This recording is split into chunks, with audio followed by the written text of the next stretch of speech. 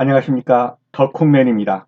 택시 운전 자격시험 총정리해 오신 것을 환영합니다. 본 강의는 택시 운전 자격시험 총정리 문제집 전자책을 기본으로 진행합니다. 책이 필요하신 분은 아래 댓글란에 구입하실 수 있는 주소를 남겨주시니까 그 주소를 클릭하셔가지고요. 크몽이라는 곳에 들어오셔가지고 구입하셔서 다운받으셔서 사용하시면 되겠습니다. 현재 지리는 서울과 경기와 인천 지리만이 발간되었습니다. 이 점을 양해해 주시기 바랍니다. 그러면 문제로 들어가도록 하겠습니다. 147번입니다. 교통사고가 발생했을 경우에 사진 촬영을 해야 하는 상황으로서 옳지 않은 것은 가해자의 스키드마크 촬영해야겠죠. 사고 현장도 촬영해야겠습니다. 차량의 충돌 부위와 파손 부위도 촬영해야겠습니다. 그러나 피해자와 가해자의 얼굴, 이건 아니죠. 그래서 정답은 3번이 되겠습니다. 피해자와 가해자의 얼굴을 촬영하는 것은 아닙니다. 다음 중 골절, 탈골, 염좌에 대한 설명으로 옳은 것은 1번 염좌는 뼈, 연골, 인대의 원래 위치에서 벗어난 것을 말한다. 틀렸는데 어디가 틀렸을까요? 염좌는 인대입니다. 인대. 인대가 늘어나거나 파열된 것, 이것을 염좌라고 합니다. 그리고 골절은 3번의 내용입니다. 뼈가 부러진 상태, 이것을 골절이라고 합니다. 뼈가 부러진 상태. 탈골은요, 뼈가 이탈된 것입니다. 탈골은 인대가 사고 이것이 아니고 탈골은 뼈가 이탈된 것, 이것을 탈골이라고 해요. 그래서 맞는 것은, 옳은 것은 3번이 되겠습니다. 골절은 뼈가 부러진 것이다. 염좌는 인대가 늘어나거나 파열된 것이다. 탈골은 뼈가 이탈된 것이다. 브레이크 슈와 드럼의 과열로 인해 마찰력이 급격히 떨어져서 브레이크가 잘 느껴지지 않는 현상을 페이드라고 한다. 자, 페이드 현상이 이겁니다. 내리막길에서 브레이크를 너무 많이 밟았더니 열을 받아가지고 마찰열이 떨어지는 것, 이것이 페이드 현상입니다. 이 페이드 현상을 막으려면 어떻게 한다고 그랬죠? 엔진 브레이크를 사용해라. 너무 풋브레이크 밟을게만 밟지 말고 엔진 브레이크를 사용하라는 겁니다. 근데 긴 내리막길에서 풋브레이크를 남용했을 때, 이때 페이드 현상이 일어나는 것이죠. 내리막길에서 계속 발브레이크, 풋브레이크만 남용하면 이러한 페이드 현상이 일어난다. 그래서 이것에 대한 보완책으로 엔진 브레이크를 사용해라, 그렇게 말했죠. 그래서 지금 여기서는 페이드 현상의 원인 그랬으니까 3번이 되겠습니다. 내리막길에서 계속 풋브레이크만 밟으면 페이드 현상이 일어난다. LPG 연료의 특징으로 옳지 않은 것. 자, 정답 한번 보겠습니다. 공기보다 어떻습니까? 가벼워, 그랬으니까 틀렸죠. LPG는 어때요? 공기보다 무겁습니다. 그러니까 LPG는 밑으로 가라앉죠. 공기보다 무겁습니다. LPG는 공기보다 무거워서 아래쪽으로 모여든다. 그래서 정답은 4번이 되겠습니다. 교통사고 처리 특례법상 중대과실 12개 항목에 해당되지 않는 것. 중대과실 12개 항목에 해당되면 보험을 들었다 할지라도 형사처벌 받죠. 이 12개 항목에 어떤 것들이 있습니까? 그렇죠. 뭐 무면허 운전이라든가 또는 중앙선 침범이라든가 또는 뭡니까? 과속이라든가 앞지르기 위반이라든가 이렇게 해서 12개 항목이 있어요. 그런데 과속이 뭡니까? 법정 속도보다 20km/h를 초과하면 과속입니다. 근데 20km 미만이라고 그랬죠? 그럼 이건 과속이 아니죠. 그렇기 때문에 12개 항목이 들어가지 않는 겁니다. 그래서 제한 속도 20km 이상으로 초과를 했다. 그러면 과속으로 12개 항목에 해당됩니다. 근데 20km 미만 그랬기 때문에 해당 안 되죠. 중앙선 침범 12대 항목에 들어가고요. 무면허 운전 12대 항목에 들어가고 앞질기 끼어들기 금지는 12대 항목에 들어갑니다. 타이어의 기능으로서 옳지 않은 것은, 자, 우선 정답부터 보죠. 브레이크를 밟을 때 제동력을 전달해주는 기능을 하지만 엔진의 구동력과는 무관하다. 틀렸죠? 자, 브레이크 제동력도 전달하죠. 브레이크 밟으면 제동되는 거. 타이어가 거기에 끼어 있어서 제동하잖아요. 그러면 자, 엔진이 돌아갑니다. 엔진이 돌아가게 되면 타이어도 같이 바퀴 따라 돌아가게 되죠. 구동력도 전달하죠. 결국 타이어는 뭐예요? 브레이크에 정지하는 힘도 전달하지만, 정지 힘도 전달하지만, 예, 엔진의 구동력도 전달합니다. 근데 엔진의 구동력은 무관하다 그랬기 때문에 틀린 거예요. 구동력도 전달합니다. 그래서 정답은 4번이 되겠어요.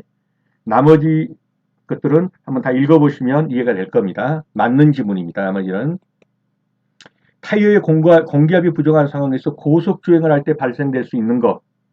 그냥 눈두장 찍고 암기해 주십시오. 스탠딩 웨이브입니다. 스탠딩 웨이브. 스탠딩 웨이브는 뭡니까? 타이어의 공기압이 적은데, 즉 타이어가 빵빵하진 않아요. 공기압이. 그런 상태에서 고속으로 달리면 그 타이어가 마치 물결이 치는 것처럼 그런 현상으로 보여요. 그걸 가리켜서 스탠딩 웨이브 현상이라고 그러는 겁니다. 이 내용을 한번 읽어보시고요. 그래서 타이어의 공기압이 부족한 상황에서 고속 주행을 하면 그 상황을 보는 게 어떤 것 같냐면 타이어가 마치 물결 치는 것처럼 보인다. 그래가지고 스탠딩 웨이브다 이렇게 말을 하는 겁니다. 정답은 4번이 되겠습니다. 택시 운송 사업자가 자동차의 바깥쪽에 표시하는 것으로서 옳지 않은 것은, 자, 택시 운송 사업자는 운송 사업자의 명칭, 종류, 관할 관청을 원래 표시해야 합니다. 근데 관할 관청을 표시해야 되는데 뭐는 표시 안 하냐? 특, 광, 도. 이건 표시 안 해요. 그래서 특별시, 광역시, 자치도, 특별자치도 이런 것은 표시 안 하는 거예요. 그 외에 관할 관청은 표시합니다. 그래서 표시 안 하는 것으로 지금 특별시, 광역시의 경우 관할 관청을 했는데 이건 표시하지 않습니다. 특별시, 광역시, 지방자치도 이런 경우에는 관할 관청을 표시하지 않는다. 그 외에 관할 관청은 어떻게 한다? 표시한다. 근데 특광도니까 표시 안 한다. 근데 여기서는 특광도의 관할 관청도 표시해야 되는 거냐? 바깥에 표시하지 옳지 않은 것은 그랬으니까 정답은 2번이 되겠습니다. 특광도는 표시하지 않습니다. 내륜차와 외륜차에 대한 설명으로 옳지 않은 것은, 이렇게 커브길을 돌아갈 때 자동차의 앞바퀴와 뒷바퀴가 그리는 궤도의 흔적, 앞바퀴가 그리는 흔적, 여기는 뒷바퀴가 그리는 흔적, 이 차이를 내륜차, 뒷바퀴가 이쪽, 이건 안쪽이죠, 안쪽. 예, 그림을 잘못 그려가지고요. 근데 이 바깥쪽 바퀴가 그리는 궤적은 이건 밖에 있다 그래가지고 외륜차 그렇게 말을 하는 거예요. 근데 소형 차일수록, 즉 차가 적을수록 어떻습니까? 내륜차도 적다. 대형 차일수록, 차가 클수록 내륜차, 외륜차도 크다.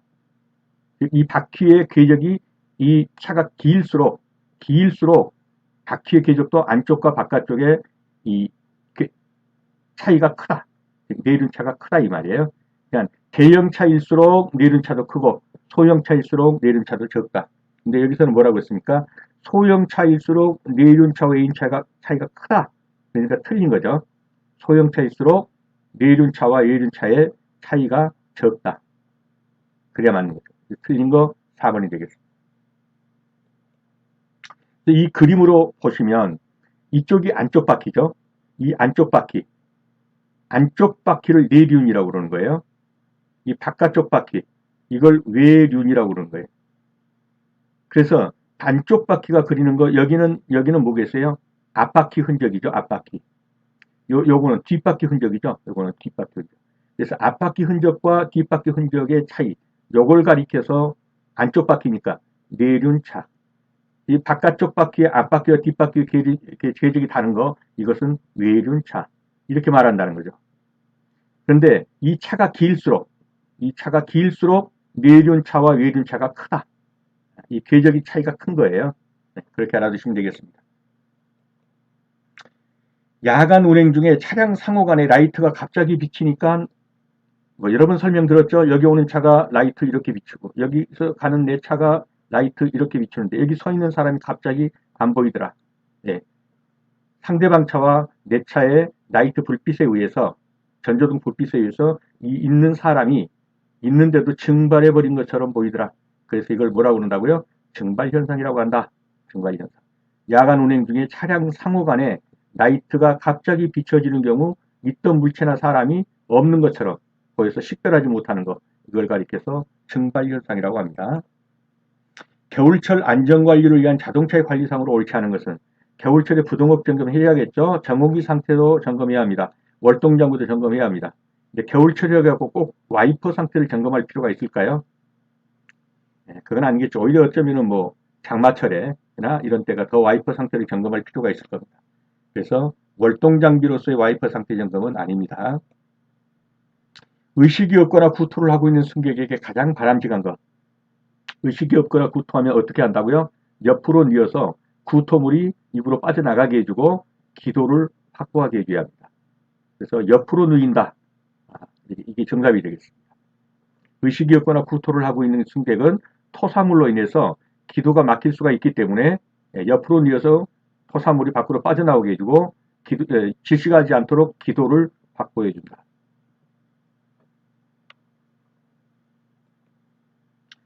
159번입니다.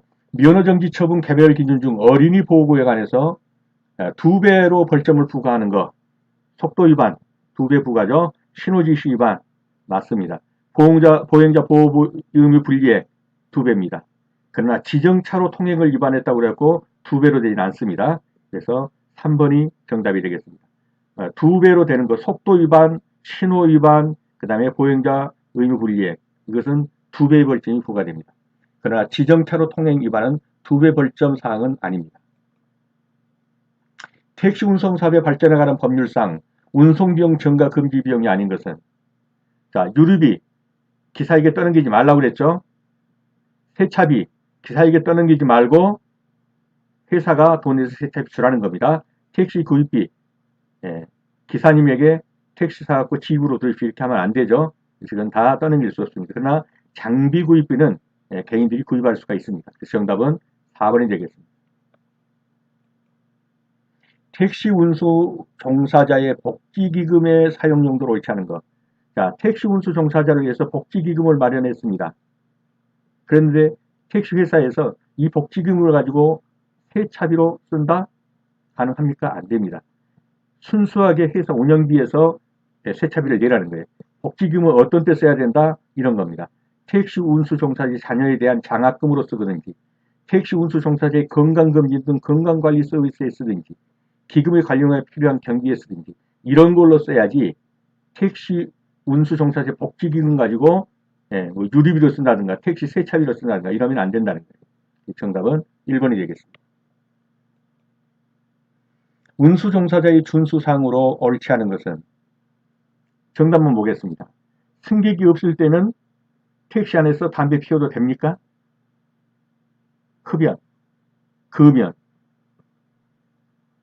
손님이 있든 없든 택시 내에서 금연 의무입니다. 담배 피우시면 안 되죠. 이거 위반하면 얼마라고 그랬어요?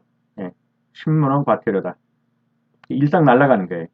하루 10만원 벌어서 담배 한 대 피고 날아가 버리는 거죠. 그래서 승객이 있든 없든 택시 안에서는 담배를 피우시면 안 됩니다.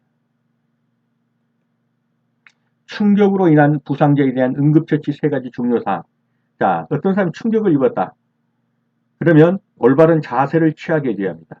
그리고 보온을 해줘야 돼요. 보온이 유지되는 것이 좋다고 그래요. 회복하는데. 그 다음에 따뜻한 음료 같은 걸 먹여서 안정하게 합니다. 그래서 자세, 보온, 음료. 충격으로 인한 부상자에 대한 응급처치 3가지 요령, 자세, 보온, 음료입니다. 교통사고 후에 행동으로 가장 옳지 않은 것은, 사고 장소에 빨리 벗어나야죠. 맞습니다. 응급환자가 있는지 확인한다. 맞습니다. 응급환자가 있을 때 응급처치한다. 맞습니다. 이제 사고 장소를 찾아다닌다. 빙글빙글 돌아다니다가 오히려 지나가는 차에 치일 수가 있죠. 사고 장소를 찾아다니는 이것은 옳지 않습니다. 정답은 4번이 되겠습니다. 운수종사자의 교육에 대한 설명으로 옳지 않은 것은, 정답부터 보죠. 수시교육 몇 시간 받아야 합니까? 4시간 받아야 합니다. 수시교육은 어떤 때 받죠? 그렇죠. 국제 행사가 있다든가 이런 거 할 때 택시 기사님들 거기에 따른 어떤 교육을 하게 되죠. 이게 수시교육인데 몇 시간이요? 4시간입니다. 1번 보겠습니다. 신규 교육 대상자는 새로 채용한 운수 종사자이다. 맞습니다. 무사고 무벌정 기간이 5년 미만인 운수 종사자는 매년 교육 맞습니다. 몇 시간 받죠? 이것도 4시간 받습니다. 보수교육의 교육 시간은 일반적으로 4시간입니다. 그래서 수시교육은 4시간입니다. 이제 2시간 그렇게 틀린 것이죠. 정답은 4번이 되겠습니다. 이 문제는 자주 나오니까 꼭 알아주셔야 합니다. 신규 교육은 새로 채용한 운수 종사자가 받는 건데 16시간 받습니다. 신규 교육 16시간. 보수 교육은요. 일반적으로는 4시간이죠. 그런데 법률을 위반해 가지고 사고 내 가지고 보수 교육 받는 사람은 8시간이에요. 그리고 수시 교육은 4시간입니다. 자동차의 사각지대는 설명으로 옳지 않은 것은 자동차의 사각지대는 여기 전후방에만 있을 뿐만 아니라 좌측 우측도 사각지대예요. 근데 자동차의 사각지대는 전후방에만 존재한다 그랬으니까 틀린 거예요. 좌우측에도 사각지대는 있습니다. 그래서 사각지대에 대한 설명을 옳지 않은 것은 그러니까 1번이 되겠습니다. 나머지는 지문을 읽어보시기 바랍니다. 다음 중 택시 운전 자격 취소 사유에 해당하지 않는 것. 취소 사유에 해당하지 않는 것. 그러면 운전면허가 취소되면 어떻습니까? 자동차 택시 운전 자격 증명도 취소됩니다. 운전면허가 취소되면 택시 운전 자격도 자동적으로 취소됩니다. 운전면허 취소되면 택시 운전 자격도 자동적으로 취소된다. 그래서 맞고요. 택시 운전 자격증을 타인에게 대여했을 경우에도 취소됩니다. 부정한 방법으로 택시 운전 자격을 취득했다. 이런 경우도 취소됩니다.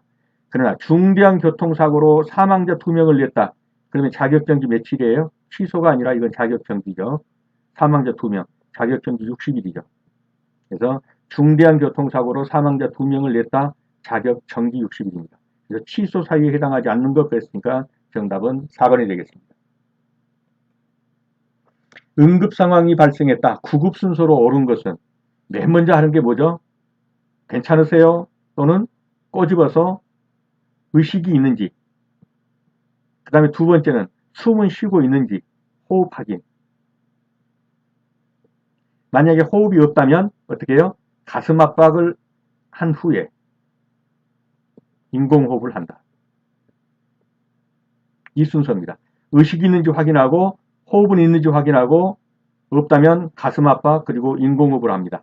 의식 확인, 호흡 확인, 가슴 압박, 인공호흡 이 순서로 하는 것입니다. 일종 대형 운전면허로 운전할 수 없는 것. 화물자동차 특수한 3통면허 다 할 수 있죠. 이건 다 할 수 있습니다. 트레일러는요. 일종 특수면허입니다. 이건 특수면허가 필요해요. 일종 대형으로 할 수 없습니다. 그래서 일종 대형으로 운전할 수 없는 거 그러면 트레일러입니다. 골절 환자가 발생했다. 응급조치 요령은 정답 이대로입니다. 구조차가 올 때까지 그대로 기다려라. 골절 부상자는 잘못 다루게 되면 위험이 더 커질 수도 있어요. 경추 같은 거 나갈 수 있습니다. 그러면 더 큰 위험에 처하게 돼요. 그래서 될 수 있으면 구조차가 올 때까지 기다려라. 골절 환자의 경우에는 그대로 놔두고 구조차가 올 때까지 기다린다. 이것이 정답이 되겠습니다. 응급 환자를 태웠을 때 응급 차량으로 인정받는 방법. 택시든 개인차든 어떻게 한다고요? 첫째는 전조등을 켜서 응급 환자가 있다 이렇게 하는 겁니다. 또는 비상등을 켜서 응급 환자가 있다는 것을 표시하는 겁니다. 그래서 전조등, 비상표시등을 켜고 운전한다. 이것이 응급 환자가 있다라는 방법, 응급 환자를 태웠다, 응급 차량이다라는 것을 인정받는 방법으로는 전조등을 켠다 또는 비상표시등을 켠다입니다. 다음 중 평경사에 대한 설명을 오는 것. 이렇게 생긴 이런 커브길에서 이렇게 기우는 커브길들이 있어요. 좀 기우는 커브길. 여기 돌아가는 이걸 평경사라고 합니다. 평경사. 이 평경사를 두는 원인이 뭐냐? 이대로 이해하고 외워두시면 되겠습니다. 차량이 도로에 이렇게 곡선 부위를 돌 때에 원심력이 생겨서 미끄러짐을 방지하기, 원심력이 생기기 때문에 미끄러짐을 방지하기 위해서 경사를 두는 거예요. 이걸 가리켜서 평경사라고 합니다. 그래서 차량이 도로의 곡선 부분을 주행할 때 곡선부의 외측으로 원심력이 생겨서 미끄러지는 것을 방지하기 위해서 설치하는 경사, 이것을 평경사라고 한다. 그대로 알아두시면 되겠습니다. 일반적인 고객의 욕구로 적절하지 않은 것. 고객은 어떻습니까? 자신이 중요한 사람으로 인식되기를 바라요. 평범한 사람이 아니라 자신이 중요한 사람으로 인식되기를 바랍니다. 그래서 일반적인 고객의 욕구로 적절하지 않은 거, 평범한 사람으로 인식되기를 바란다 그랬으니까 틀린 거죠. 자신이 중요한 사람으로 인식되기를 바랍니다. 자신이 기억되고 싶어하고 환영받고 싶어하고 관심을 가져주기를 바라고 중요한 사람으로 인식되기를 바랍니다. 다음 중 서비스의 특징이 아닌 것은, 지난번에도 말씀드렸지만 버스로 제가 한번 예를 들어 다시 보면요. 여기 운전기사고 여기가 예를 들면 10명의 승객이 탔다고 합시다. 예, 운전기사가 너무 인성이 좋으셔가지고 서비스가 대단합니다. 안녕하십니까? 오늘 어떻습니까? 뭐 이렇게. 예, 그런 서비스를 베풀었다고 그랬고 승객 중에 한 명이 그건 내 소유다 라고 소유성을 주장할 수 있습니까? 할 수 없죠. 그래서 무소유성이라고 그러는 거예요. 무소유성. 이 서비스는 무소유성이다. 그 다음에 보이는 서비스가 아니죠. 그래서 무형성이라고 말을 하죠. 무형성. 그 다음에 한번 여러분 사랑합니다. 뭐 이렇게 했다면 여기 있는 10명이 동시에 이 서비스를 받는 거예요. 이걸 동시성이라고 해요. 동시성. 그 외에도 뭡니까? 한번 하고 나면 얼마 안 있다가는 없어지죠. 예, 이걸 주머니 넣고 집에 가서도 볼 수 있는 게 아니죠. 버스 기사가 친절한 것. 이것은 그 시간에 존재하고 소멸된다. 그래서 소멸성이에요. 그 다음에 변동성이라는 것이 있는데 이건 이질성이라고 하죠. 예, 버스 기사마다 이 서비스의 질이 달라요. 그래서 이질성이라고 하는 거예요. 그리고 인적 의존성이다. 사람에 따라서 서비스가 좋기도 하고 나쁘기도 하고 이거 인적 의존성이라고 한다.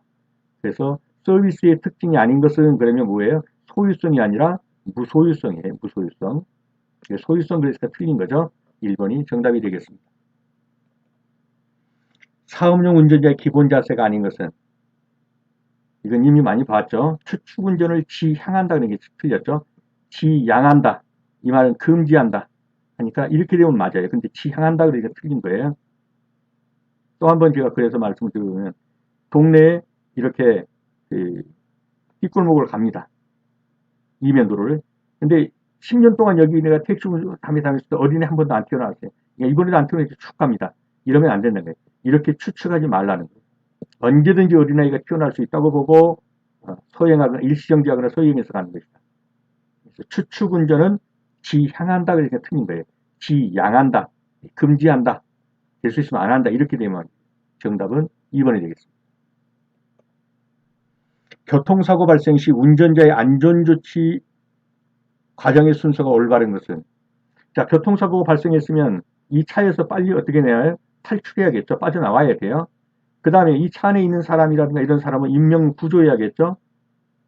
그리고 이 뒤쪽에다가 뭐예요? 이 차는 사고가 났습니다라고 어떤 표시를 해준다든가 이렇게 해서 후방 방어를 해줘야 돼요. 후방 방어를. 그리고 나서 어떻게 해요? 연락을 해줘야겠죠. 다친 사람이 있으면 112로 하기도 하고 112로 하기도 하고. 그리고 나서 대기를 해야 합니다. 기다리는 것이죠. 그래서 탈출, 인명구조, 후방방어, 연락, 대기 이러한 순서가 되겠습니다. 1번이 정답입니다. 다음 중 나머지 색과 성격이 다른 것은, 쭉 보면 여객이죠. 여객자동차 운수사업법을 받는 대상이에요. 여기 화물이 있죠. 이건 화물자동차 운수사업법의 대상이에요. 그래서 규율하는 법이 달라요. 이 때문에 정답은 3번이 되겠습니다. 178번입니다. 다음 중 택시 운송 사업의 구분이 잘못된 것은, 자, 이제 구분을 하는 문제에 있어서 우선 정답부터 보면요. 2400cc 이상의 승용차를 사용한 거 모범택시 그랬어요. 모범택시는 몇 cc 이상이죠? 구분해서 1900cc 이상이에요. 모범택시는. 근데 여기서 2400cc라고 그랬으니까 이게 틀린 거예요. 나머지는 제가 이제 뒷페이지에서 한번 볼게요. 모범택시 배기량은 1900cc인데, 자, 고급형 택시는 몇 cc예요? 2800cc 이상이에요. 고급형 택시 2800cc 이상. 모범형은 1900cc 이상. 중형은요, 1600cc 이상. 대형은 2000cc 이상. 이건 눈도장을 찍어놓고 어느 정도 암기를 해 두셔야 돼요. 그래서 좀 전에 뭘 봤었죠? 모범형을 봤었죠. 모범 택시는 몇 cc 이상이요? 1900cc 이상.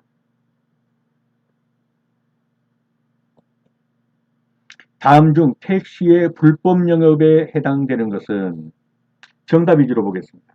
해당 사업의 승객을 태우고 사업구역 밖으로 운행한 다음 그 시도 내에서 일시적인 영업을 했다.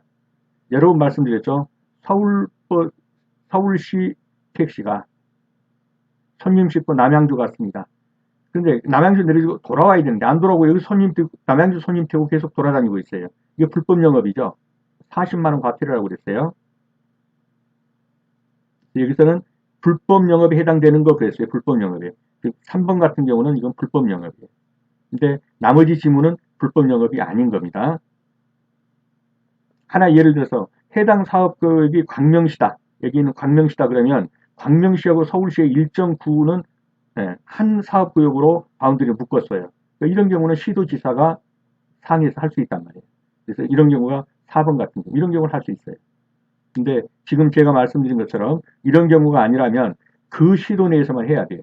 여기 있는 손님이 남양주 가자 그러면 남양주시로 놓고 다시 서울시로 돌아와야 됩니다.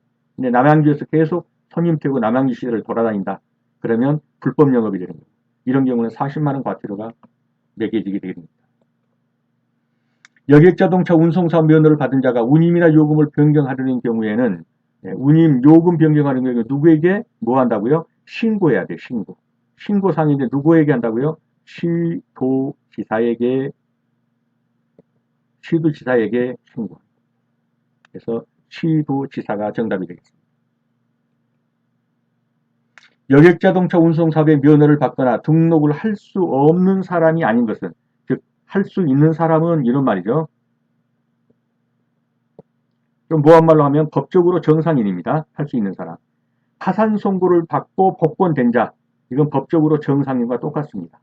제약을 받지 않아요. 이런 사람은 면허 받을 수 있어요. 등록할 수 있어요. 파산 선고를 받고 복권되지 아니한 자, 그러면 못해요. 복권되지 아니한 자, 이 사람은 법적으로 정상인이 아니에요.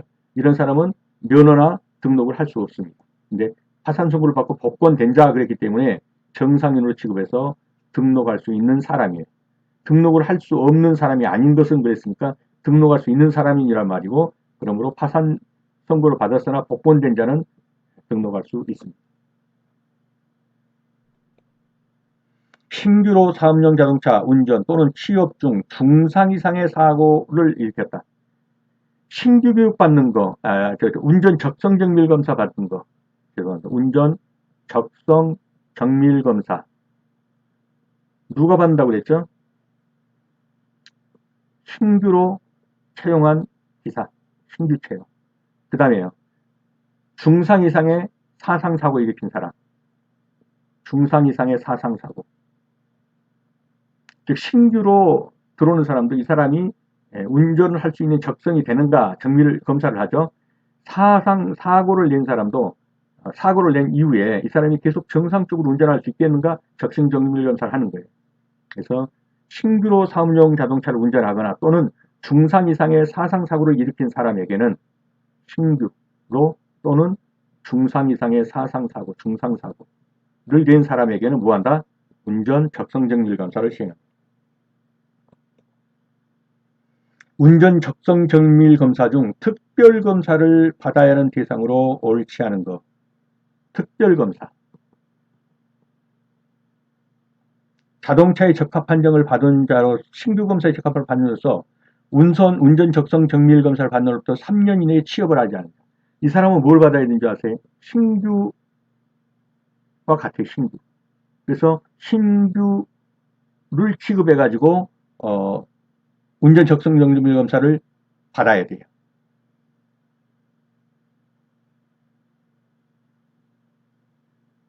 죄송합니다. 제가 좀 착각이 좀 있어요. 운전 적성 정밀 검사 중 특별 검사를 받아야 하는 대상으로 옳지 않은 것. 아, 그렇죠. 맞습니다.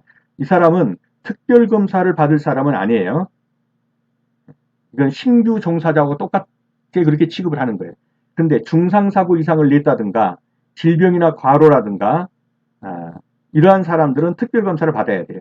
그러나 사고를 낸 게 아니고 신규 검사 받은 이후에 취업 안 하고 3년 동안 묵혀둔 사람들 있지 않습니까? 이런 사람들은 특별검사를 받는 것은 아니에요. 정답은 2번이 되겠습니다. 184번입니다. 승차 거부 행위는 승차 거부 행위로 과태료 처분을 받은 자가 1년 이내에 다시 승차 거부를 했다. 그러면 자격정지 10일입니다. 승차 거부를 한 사람이 1년 이내에 다시 승차 거부를 했다. 1차 위반 시에 자격정지 10일입니다. 새로 채용한 운수 종사자가 받아야 하는 교육은 뭐죠? 신규 교육이고 교육 시간은 16시간을 받는다. 그래서 16시간 교육받는 거 신규 교육입니다. 일반 택시 운송 사업자가 운수 종사자의 자격 요건을 갖추지 않은 사람에게 운전 업무를 종사시켰다. 그러면 과징금은 360만 원이 되겠습니다. 360만 원 과태료가 되고 2차까지 가면 720만 원 과태료가 되겠습니다. 다음 중 택시 발전법의 목적으로 옳은 것은 정답 위주로 보겠습니다. 택시 운송 사업의 발전에 관한 사항을 규정함으로써 택시 운송 사업의 건전한 발전, 택시 운송 사업의 건전한 발전. 이게 첫 번째고요. 두 번째, 운수 종사자, 쉽게 말하면 택시 기사님이죠. 택시 운수 종사자의 복지 향상. 그 다음에 세 번째가 국민의 교통 편의. 이것이 택시 발전법의 기본적인 목적입니다. 택시 운송 사업의 건전한 발전과 택시 운송자의 운송 종사자, 즉 택시 기사님의 복지 향상, 그 다음에 국민의 교통 편의 제공. 이 세 가지가 택시 발전법의 기본입니다. 그래서 정답은 4번이 되겠습니다. 그래서 택시 운송 발전법, 약칭해서 택시 발전법이라고 하죠. 첫째는 택시 운송 사업의 건전한 발전, 두 번째는 택시 운수 종사자의 복지 향상, 그 다음에 세 번째는 국민의 교통 편의 제공. 이것이 택시 발전법의 주요 내용입니다. 다음 용어에 대한 설명으로 맞게 짝지어진 것은 운전자가 5분을 초과하지 않냐고 차를 정지하는 것. 이것을 뭐라고 그러죠? 정차라고 하죠. 그래서 정차는 꼭 5분을 초과하지 아니하고 이 문구가 들어갑니다. 초과하지 아니하고. 그러면 정차입니다. 그 다음에 두 번째는 뭐죠? 운전자가 승객을 기다리거나 화물을 싣거나 차가 고장이나 그간의 어떤 사유로도 계속하여 정지 상태에 두는 것. 계속하여 정지 상태에 두는 것. 이것이 뭐죠? 이건 주차입니다. 주차. 그래서 계속하여 정지 상태에 두는 것. 이 말이 나오면 이건 주차다. 그 다음에 운전자가 차를 즉시 정지시킬 수 있는 느린 속도. 이건 서행이죠. 서행. 금방 브레이크 밟으면 밟을 수 있는 것. 멈출 수 있는 것. 그래서 1번은 정차, 2번은 주차, 3번은 서행입니다. 정차, 주차, 서행, 3번이 정답이 되겠습니다. 비보좌회전에 대한 설명으로 가장 적절한 것은 이것도 이미 설명을 드렸죠. 자, 비보좌회전, 녹색 신호 시에 대형교통에 방해되지 않도록 녹색 신호가 있으면 이 차들은 직진합니다. 나는 좌회전하려고 하면요. 어떻게 하죠? 지금 잘못 그려졌네요. 여기가 중앙선이죠. 자, 여기서 녹색입니다. 그러면 이 차는 직진하죠. 내 차는 이제 좌회전하려고 하는데 비보호 좌회전입니다. 어떻게 여기서 오는 차, 대향차, 이걸 대향차라고 그러죠. 이 대향차에 주의해서 좌회전하면 됩니다. 그래서 대향차의 교통에 방해가 되지 않는 범위 내에서 좌회전할 수 있다. 이것이 정답이 되겠습니다. 녹색 신호시. 나머지는 한번 읽어보시기 바랍니다. 녹색 등화에서 교차로내를 직진 중에 황색 등화로 바뀌었다. 이때 알맞은 조치는 다 알고 계시겠지만요. 자, 차가 달리고 있는데 갑자기 여기서 황색 신호가 들어왔습니다. 죄송합니다. 자, 갑자기 황색 신호가 들어왔습니다. 그러면은 여기를 들어가기 전이라면, 교차로에 들어가기 전이라면 여기서 멈춰야죠. 그러나 이미 들어갔는데 황색 신호로 바뀌었다면 빨리 빠져나가야 합니다. 그래서 황색 신호가 들어왔으면 교차로에 진입 전이면 정지하고, 이미 진입한 후에 황색 신호로 바뀌었다 그러면 빠져나간다. 빨리 빠져나가줘야겠죠. 네. 그래서 교차로 내에 진입하였다면, 진입하지 않았으면 정지하고, 이미 진입했는데 바뀌었다. 그러면 빨리 계속 진행해서 교차로 밖으로 빠져나가줘야 합니다. 2번이 정답이 되겠습니다. 전방의 적색 신호등의 등화 시 운전 방법은 신호에 따라 진행하는 다른 차량의 교통에 방해되지 않는 한 우회전할 수 있다. 이 부분이 정답이 되겠습니다. 전방에 적색 신호가 들어왔습니다. 그런데 좌회전할 수 있습니까? 못하죠. 직진 또는 좌회전할 수 있다. 안 되고요. 정지선이나 횡단보도 교차로의 직전에 정지하기보다는 주의하면서 진행한다. 적색인데요. 안 되죠. 맞는 것은 4번이 되겠습니다. 신호에 따라 진행하는 다른 차량의 교통에 방해가 되지 않는 한은, 이 문제가 나왔을 때 이제 하나쯤 조심해야 합니다. 자, 여기 빨간불이 적색불이 들어왔어요. 그러면 직진하는 차는 다 멈춰 있죠. 우회전하는 차는 방해가 되지 않는 한은, 다른 차량의 교통에 방해가 되지 않는 우회전을 할 수 있습니다. 근데 이제 최근에 교통법규가 좀 바뀌면서 어때요? 여기에 또는 여기에 이 건널목에요. 신호가 지금 설치된 것들이 많아요. 이 건널목 신호에서 이 빨간불이 들어오면 가면 안 돼요. 그래서 이제 시험이 만약에 그렇게 나온다. 예. 우회전 하려고 하니까 이 건널목 신호에 빨간불이 들어왔다. 적색 신호가 들어왔다. 그럼 어떻게 하겠냐? 안 돼요. 그러나 그렇지 않은, 지금 신호등이 설치되지 않은 게 많죠. 그 건널목이. 예, 그러한 경우는 이렇게 정답을 맞춰주시면 되겠습니다. 4번이 정답이 되겠습니다. 택시를 운전하다가 어린이 통학버스를 만나게 됐다. 이때도 적절하지 않은 것은, 자, 중앙선이 없는 도로의 반대 방향에서 어린이 통학버스 정차하고 있어서 서행하였다. 제 차가 여기를 가고 있습니다. 그런데 여기에서 지금 어린이 통학버스가 오는 거예요. 어린이 통학버스가. 근데 이게 멈춰서 지금 아이들을 내리고 있는 거예요. 이때는 내 차는 여기서 어떻게 합니까? 반대편이니까 그냥 서행한다? 안 돼요. 일단은 뭐야 합니까? 어린이 통학버스는 일시정지해야 돼요. 일시정지. 왜냐면 애들이 내려서 이렇게 튀어올 수도 있잖아요. 그렇기 때문에 내가 칠 수 있어요. 그래서 일단 일시정지한 다음에 뭐 서행한다 그러면 모르겠지만 그냥 서행한다 그러면 틀리는 거예요.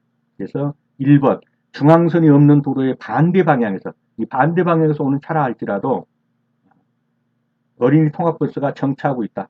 정차하고 있다는 건 뭔 얘기예요? 지금 애들을 내리고 있다는 얘기입니다. 애들이 이렇게만 오는 것이 아니에요. 이 뒤로들 이렇게 오면 안 보이니까 이렇게. 그러다가 사고를 낼 수가 있어요. 그렇기 때문에 일시정지해야 된다. 이것이 맞는 거예요. 다른 내용을 한번 읽어보시기 바랍니다. 네, 오늘은 여기까지 하겠습니다. 수업하시느라 수고 많으셨습니다. 다음 시간에 다시 뵙겠습니다. 감사합니다.